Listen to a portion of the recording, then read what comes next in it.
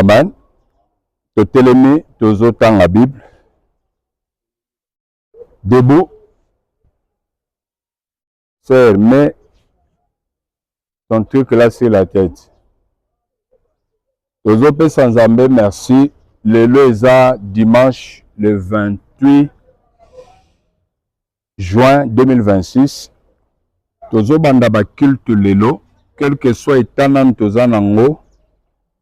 Biso moko nano groupe d'intercession et puis na famille tozo banda ba culte lelo. Et les premier culte, il y a place oyo tozo qui et qu'on permettre biso semaine mobimba ba culte rezala chaque jour lundi ti vendredi et le dimanche na tongo batu nyonso bandimi nyonso ndenge tozokoma na groupe nde bakoki korejoindre biso. Alors on ne fait pas vraiment de bruit parce que ba moyens eza pena mingi te, tozozala na difficulté makasi. Il faut essayer de réunir tout le monde. Batu nyonso so bapusani et permettre biso kotonga très bien kobongisa siko malamu. C'est alors que toko sala inauguration moko malamu. Amen. Mais cela n'empêche que tout ça la nanu oyo biso toko sala oyo nde omoni to bandi boy. Kolo sapambola yo. Josué chapitre 1er, premier verset nazokita. Après la mort de Moïse, serviteur de l'Éternel, l'Éternel dit à Josué, fils de Nun, serviteur de Moïse. Moïse, mon serviteur, est mort. Maintenant, lève-toi, passe ce Jourdain, toi et tout ce peuple, pour entrer dans le pays que je donne aux enfants d'Israël. Amen. Tofandi. Terminanga, ce soir, l'héritage de l'Éternel. Amen. L'héritage de l'Éternel. C'est-à-dire quoi? Héritage ezolingolobanin. Héritage ezokende kotalisa quelque chose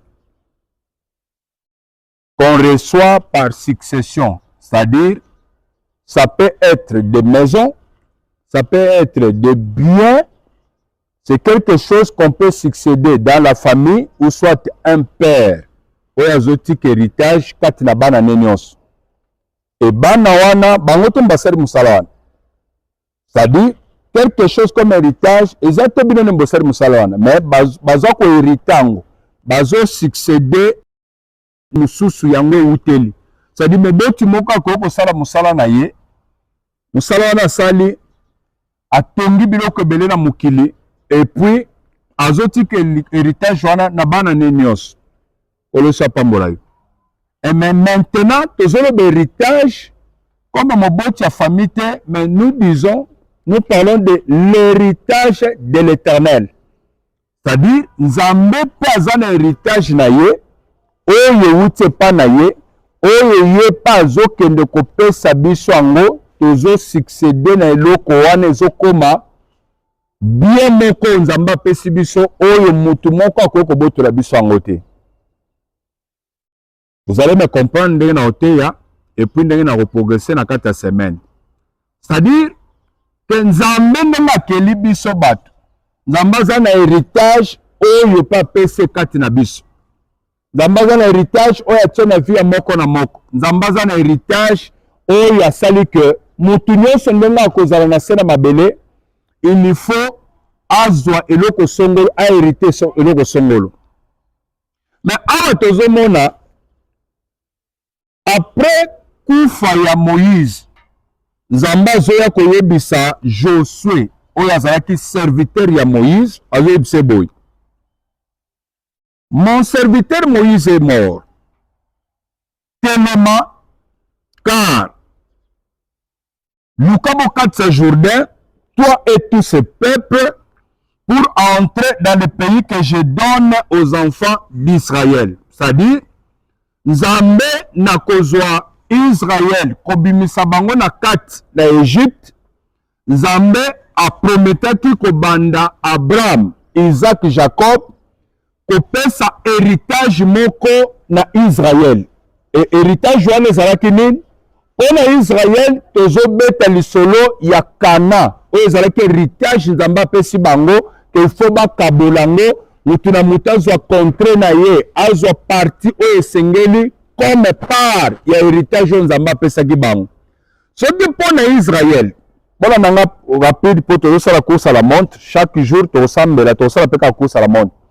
Soki otali mpona Israël ya bango héritage premièrement oyo tozolobela nzambe kozwa bango na Égypte kobimisa bango comme esclave oya kopesa bango pays mobimba oyo eza Kana oyo eza Israël lelo tozobeta lisolo. Nzambe nde moto azwi apesi bango. C'est-à-dire Kana eza héritage ya Nzambe nde azopesa sikoyo na Israël mpo basala nini? Babénéficie nango.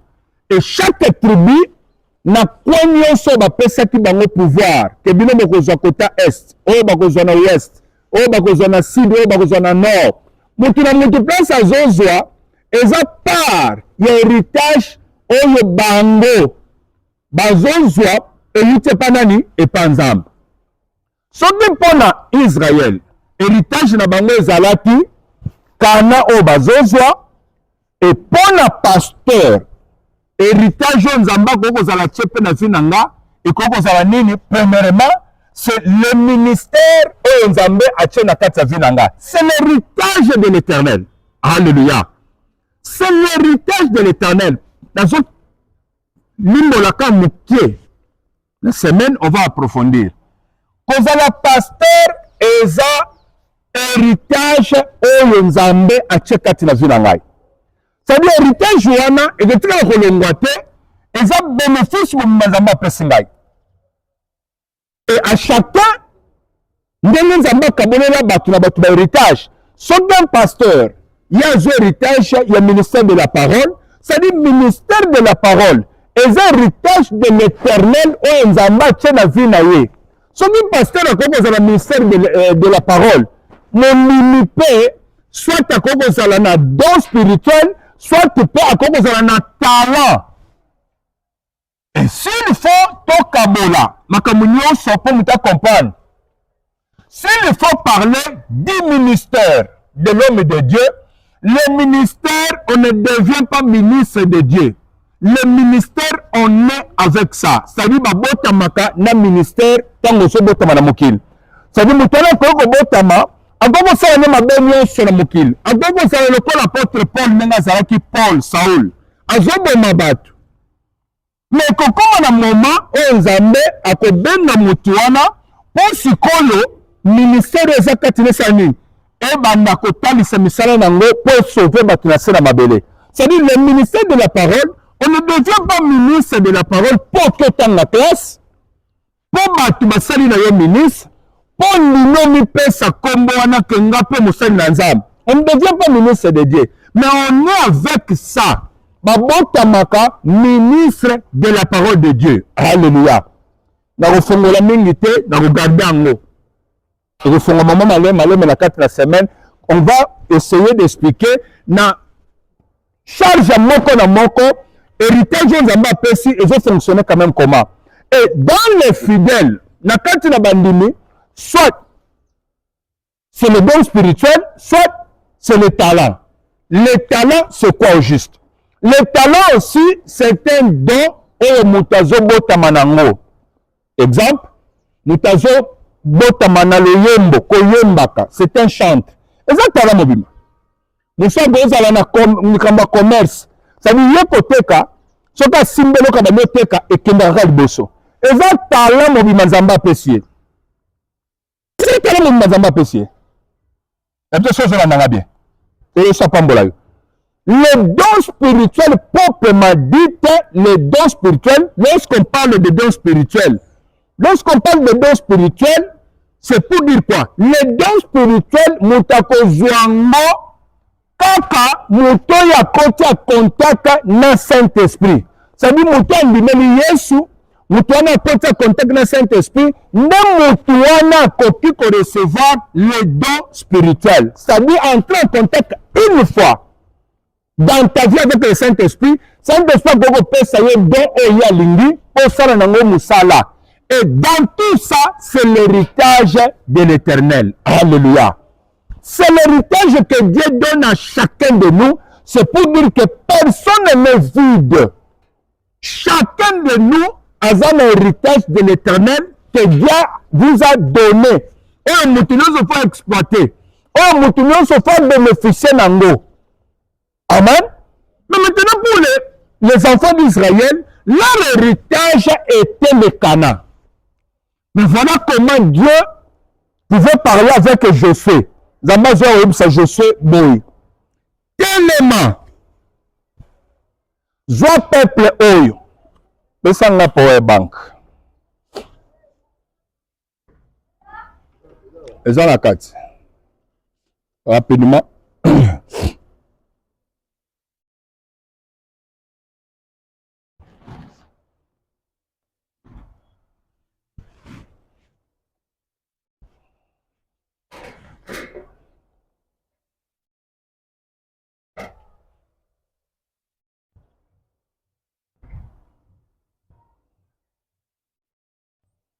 Zamazo est Josué boy. Mon serviteur Moïse est mort. Toi, tu le sais très bien. Mais, yonde mutufozo courage parce que yonde mutokokoti sa peuple oyo na kati na héritage oyo nzamba apesi bango. C'est pour dire quoi? Dieu peut promettre na kati na bato. Mais nzamba travaille toujours na ba leader. Et c'est par là que je voulais vous faire comprendre ce soir pourquoi te bandi culte.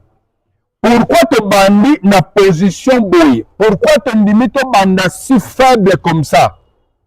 Pourquoi? Parce que le kola tozo bunda biso moko jusque là. Et tozo zalanano na capacité yako sala makambo minene directement. On ne peut pas rester comme ça assis et regarder jusqu'à ce que tous les monde yebele ne te reposer ba acte. Non. Et cela dépend maintenant du visionnaire. C'est-à-dire c'est lui qui est à la tête du peuple. Zamba boye bisa batunyo sote que bazo courage. Pour ba kota na kati Canaan. Non, Dieu utilise que Josué comme leur leader. Azo boye bisa ye tellement zo courage. On a nini oluka okoti sa peuple oyo na kati na possession ya mabele oyo. Et tango nzamba azoyebisa Josué azoyebisa bato nyonso te, azoyebisa peuple te. C'est-à-dire kokamba kozwa charge ya kodirige bato edepandaka na effort ya mutu te, mais depandaka na choix oyo nzamba azosala pa mutu. Et choix ya Josué kokoma mosali ya nzambe koremplacer Moïse euti pa Josué te. Nzambe nde mutu apesi ordre wana pa Josué, apesi ordre pa Moïse, po Moïse asala nini asambelela Josué, pe Josué asala nini azwa pouvoir ya kodirige peuple wana. Papa kode nino chao loba kode che hein? Chiffre, hein? D2 2.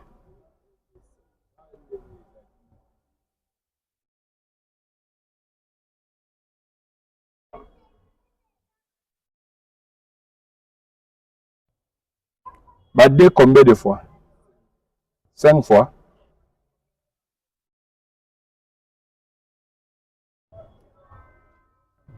Dans la Bible.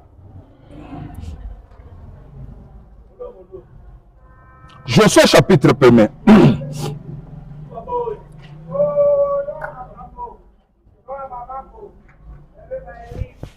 Nazotanga la kombo na Yesu Christ. Bible zolo baboué. Après la mort de Moïse, serviteur de l'Éternel, l'Éternel dit à Josué, fils de Nun, serviteur de Moïse, Moïse, mon serviteur, est mort. Maintenant, lève-toi, passe ce Jourdain. C'est comme si Nzamba veut la peuple union soit raté. Mais Dieu s'adresse à qui? À Josué. Lève-toi, passe ce Jourdain. Jourdain en bazon le boy, ne maï. Maï me bimbo et télémir bosso, il y a Josué. Mais Nzamba veut fortifier pour lui dire que lève-toi, passe ce Jourdain. Si nous commençons aujourd'hui, ce n'est pas pour rien. Parce que quand je vous envoie dans Zoloba, beaucoup de salaboy. Nous avons discuté, tandis que discussion, nous avons se justifier voilà ce que Dieu m'a montré. Voilà ce que Dieu m'a exhorté. Nous on peut déclarer que salité est belle kuna to sala ndenge nini ngana za kuna te ngana yebi shoka kende luko installé to banda prière. Même quand vous réclamez, vous discutez, vous discutez makambo monité. Oyo yebité. Ça dit Nzamba zoya ko pesa sikoyo mot d'ordre na Josué le mot d'ordre Nzamba pesingai. Na makambo Nzamba la kisakinga. C'est ce que Dieu m'a montré de faire.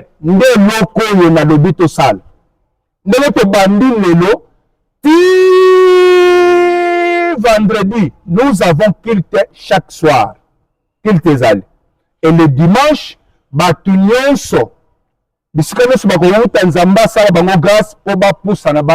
c'est ce que Dieu m'a montré. Mon serviteur est mort. Maintenant, lève-toi. Qui? Toi, au singulier. Lève-toi. Yondé. Passe ce Jourdain. Traverse ce Jourdain.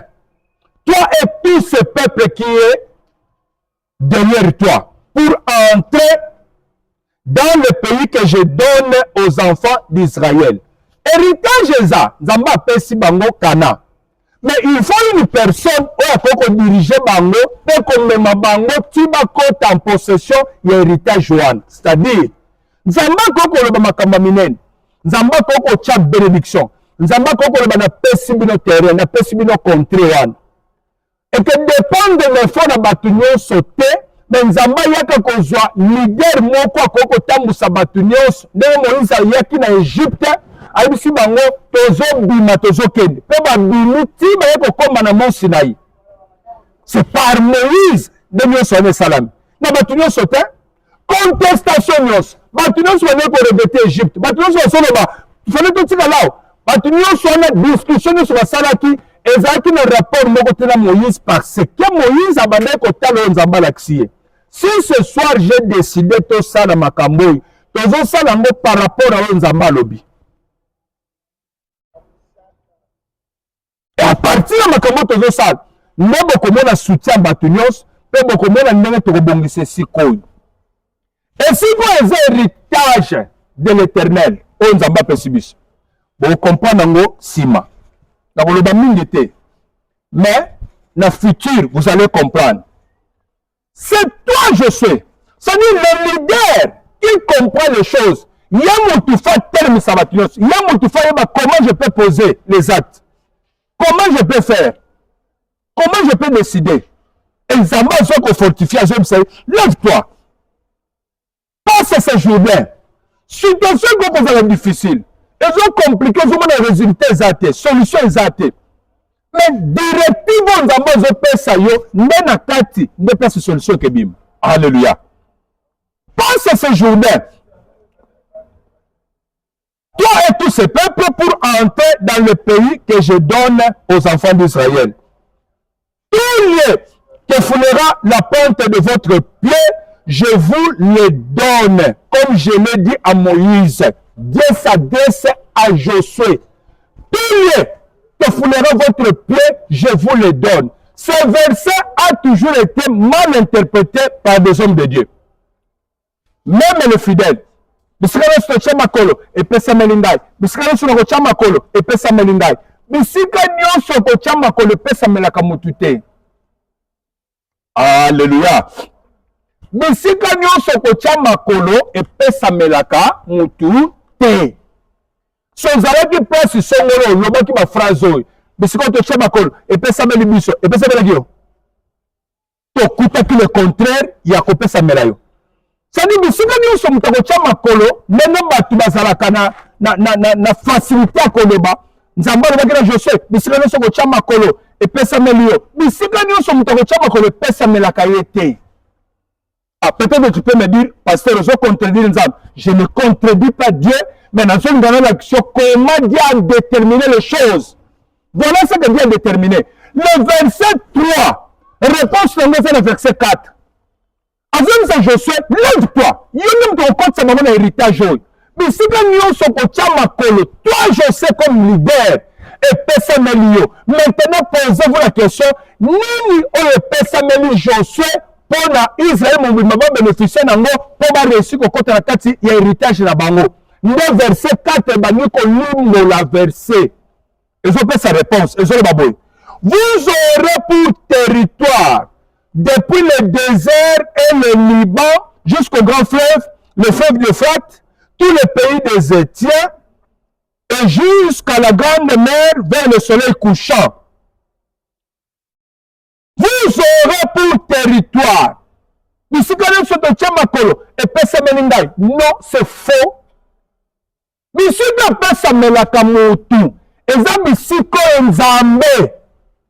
A tracé limite pour la moutouane. Vous comprenez? Quand nous sommes le mois auquel Europe ne peut s'améliorer. Non, c'est faux. Est-ce que nous avons abomi ça que ma colonaio est dominé l'Europe? Nous avons appelé ça au contraire. Hein? Nous avons appelé ça l'Europe. Vous avez l'Europe, mais vous avez l'Europe et l'Europe. Vous avez l'Europe. Vous avez les États-Unis, vous avez Angola. Est-ce qu'Angola, ils ont mis si qu'on a Katelayo, que ma colonie soit de Tchamouane et Pessamelayo. Dans l'héritage de Dieu, l'héritage de l'Éternel, nous avons l'héritage de Tchèque pour les Moutunions, pour les Israéliens, les Israéliens qui Cana. Ce qu'on a déterminé, Tala, Mabela Cana, Oyo Pessamelibino. Ils ont banda, Nesika Oyo. Ils ont fait de côté la limite, Nesika Songolo. Ça dit pour Josué, lorsque tu te retrouveras dans ta limite, pour le bino Josué, Nesika peut s'améliorer. Alléluia. Alléluia. C'est-à-dire quoi? Si vous avez le ministère, ce que héritage, le ministère que Dieu vous a donné. Et si Dieu vous donne une place pour dire que mettez l'église dans cet endroit-là, si c'est Dieu qui a parlé, automatiquement ces contrées-là, et peut s'améliorer, c'est pour dire quoi? Vous pouvez voir des choses qui peuvent vous paraître comme difficiles, compliquées. Peut-être que vous vous écoutez comme un monde au Burundi, au installé un peu bien. Mais au côté de place aux côtés de la destinée, vous sentir que les gens ont une pesanteur. Vous avez même monté à Koko Sungayo, à Zoko Kakosumbote. À vous avez une explication. Souvent, il y a des gens qui ont condamné Bato. Okoyina Bato. Non, c'est pas ça. On a la position idéale, il y a destinée. Et vous aurez des combats, mais le combat Nzambe Moutalébé a contre la Bible Pessamelibino. La victoire est certaine. Résister pourquoi?